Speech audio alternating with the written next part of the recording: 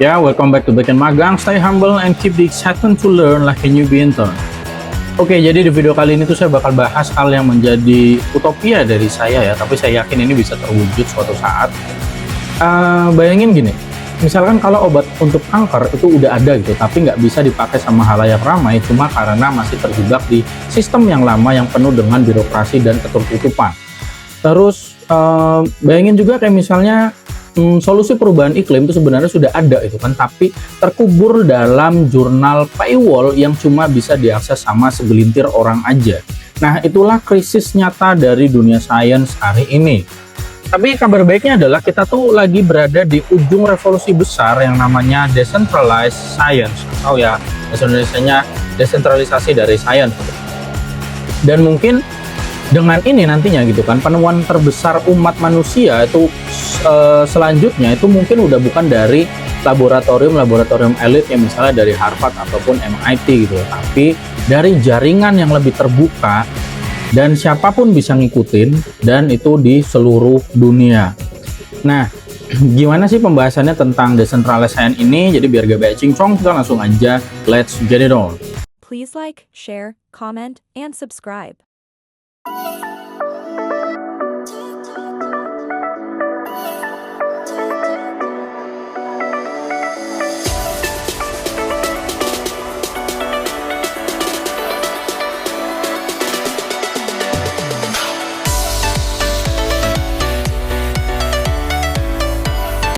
Nah, yang pertama bakal saya bahas itu adalah the crisis in modern science, yang jadi masalah aktualnya.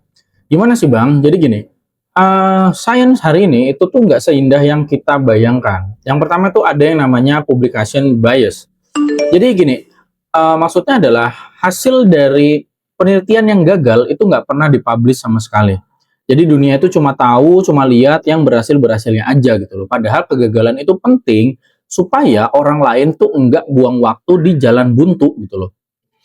Jadi contoh nyatanya ada, saya udah baca dan teman-teman boleh cari juga ya jurnalnya. Di sini saya ambil yang paling umum aja, itu adalah misalnya obat antidepresan. Nah, di sini tuh banyak trial yang gagal tapi nggak dipublish.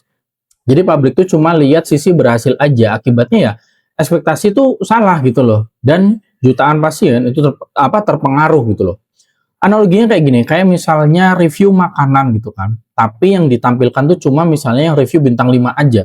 Padahal info review yang misalnya ini gagal total, ini benar-benar parah gitu, itu penting gitu loh, supaya orang lain itu nggak mengulangi kesalahan yang sama.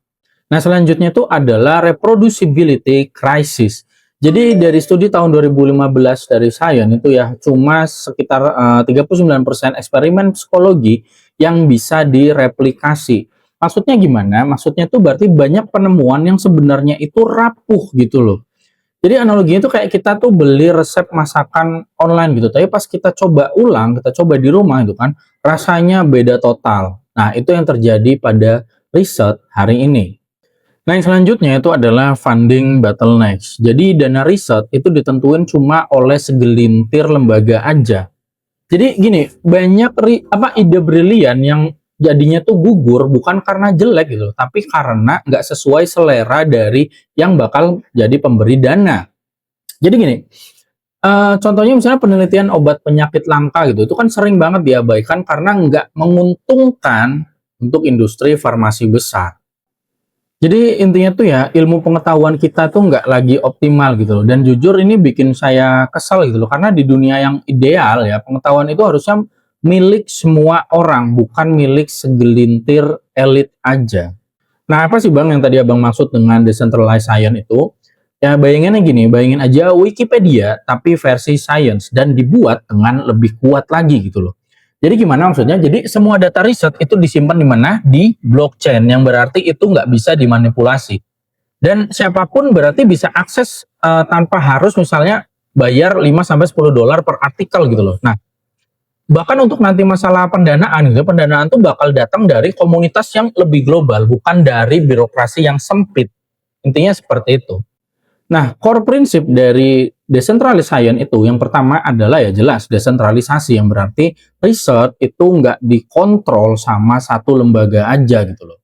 Dan yang kedua itu adalah transparansi, jadi semua data itu terbuka. Terus yang ketiga itu adalah immutability, berarti data nggak bisa dihapus atau bisa diubah gitu kan. Jadi nggak bisa dihapus, nggak bisa diubah. Dan yang keempat adalah open access, jadi pengetahuan itu benar-benar untuk semua orang. Nah, contoh nyatanya itu sebenarnya udah ada ya. Jadi yang pertama itu adalah Molecule.io, jadi dia tuh DAO yang bisa danai riset penyakit langka lewat kontribusi global. Terus juga ada Vita DAO, itu komunitas riset Longevity yang udah ngumpulin jutaan dolar buat riset anti-aging. Terus juga ada IP NFTs, itu jadi peneliti itu bisa melakukan tokenisasi hak cipta risetnya gitu kan. Jadi bisa dilacak, didanai, dan dibagi hasilnya. Nah, sekarang saya bakal bahas blockchain role itu sendiri. Jadi kenapa sih ini powerful dan kenapa ini penting di sini? Jadi yang pertama, tentunya karena dalam blockchain itu ada yang namanya data integrity, yang berarti nantinya hasil riset itu nggak bisa lagi dipoles demi reputasi. Terus yang kedua itu adalah smart contract. Jadi ya dana riset itu nanti otomatis cair kalau misalnya milestone-nya tercapai. Dan tentunya dari blockchain lagi apa? Tokenization. Jadi nantinya semua orang bisa ikut serta membiayai suatu riset. Analoginya gini, kayak Kickstarter lah buat dunia sen gitu kan, tapi tanpa risiko scam karena kontraknya itu otomatis dijalankan oleh kode aja. Jadi misal gini, seorang peneliti di Bandung misalnya, dia tuh punya punya ide gitu, bikin sensor polusi murah misalnya kayak gitu. Nah, di situ nanti dia bakal bikin proposal, terus dipublish di blockchain. Nanti komunitas global itu bisa patungan dana gitu loh. Jadi kalau targetnya tercapai, baru nanti smart kontraknya itu bakal otomatis salurin dananya. Transparan, fair, dan tentunya cepat. Dan buat saya pribadi ya, decentralized science ini itu udah lebih dari sekedar teknologi, tapi yang tadi saya udah singgung ya, yaitu sebuah utopia gitu loh. Jadi ini utopia di mana nantinya pengetahuan itu nggak dikurung dalam jurnal yang mahal lagi, terus nggak ada lagi yang namanya riset itu hilang cuma karena nggak sesuai sama selera donatur gitu kan, ataupun selera pihak-pihak tertentu gitu. Dan misalnya gini ya, anak muda jenius di Indonesia itu nantinya kan bakal bisa kontribusi langsung ke riset global tanpa harus nunggu kesempatan dari lembaga asing gitu loh. Bayangin aja misalnya zaman dulu tuh ada Newton, ada Tesla gitu kan, ada Einstein, atau ya misalkan Pak Habibie gitu kan, hidup di era decentralized science. Mereka itu kan nggak harus bergantung ke institusi besar gitu loh. Ide mereka tuh bisa langsung tersebar global, didukung komunitas global, dan langsung dimanfaatkan oleh umat manusia. Jadi ya itulah dunia yang saya impikan gitu, utopia yang pengen banget saya lihat itu terjadi sebelum bahkan ya saya mati gitu loh. Jadi gambaran masa depannya gimana? Bayangin dunia di mana misalnya seorang mahasiswa dari Indonesia itu bisa akses penelitian terbaru dari peneliti Jerman misalnya gitu kan, tanpa hambatan. Terus misalnya peneliti dari Indonesia itu bisa pitch idenya ke komunitas global dan langsung dapat dana tanpa harus melewati birokrasi lokal gitu. Dan tentunya pengetahuan nggak lagi jadi milik elit aja, tapi milik semua umat manusia. Dan kalau decentralized science ini berhasil, dunia itu akan kelihatan kayak gini.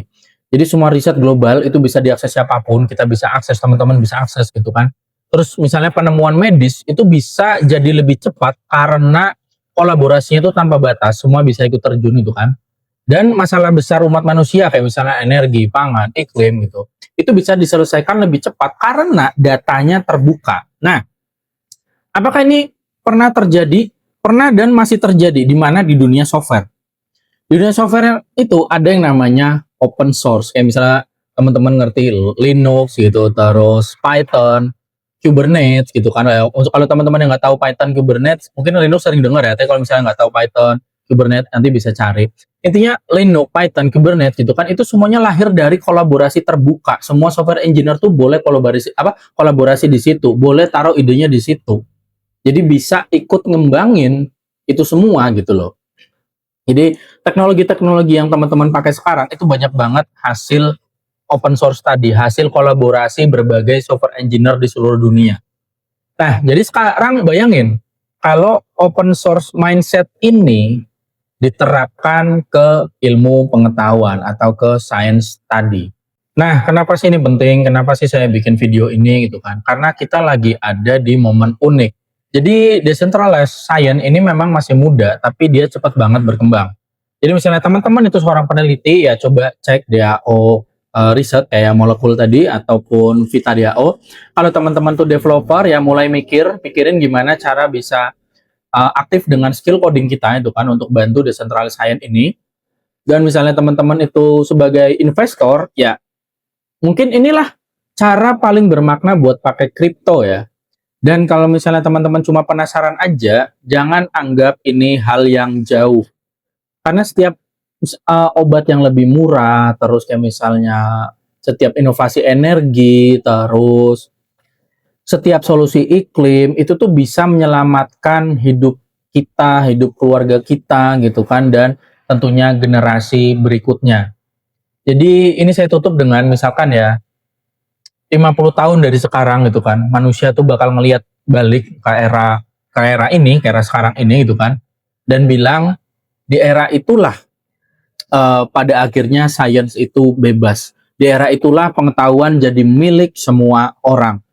Dan semoga misalnya saat hari itu tiba dan kita masih ada, kita bisa bilang kita ada di sana dan kita ikut mengembangkan utopia itu.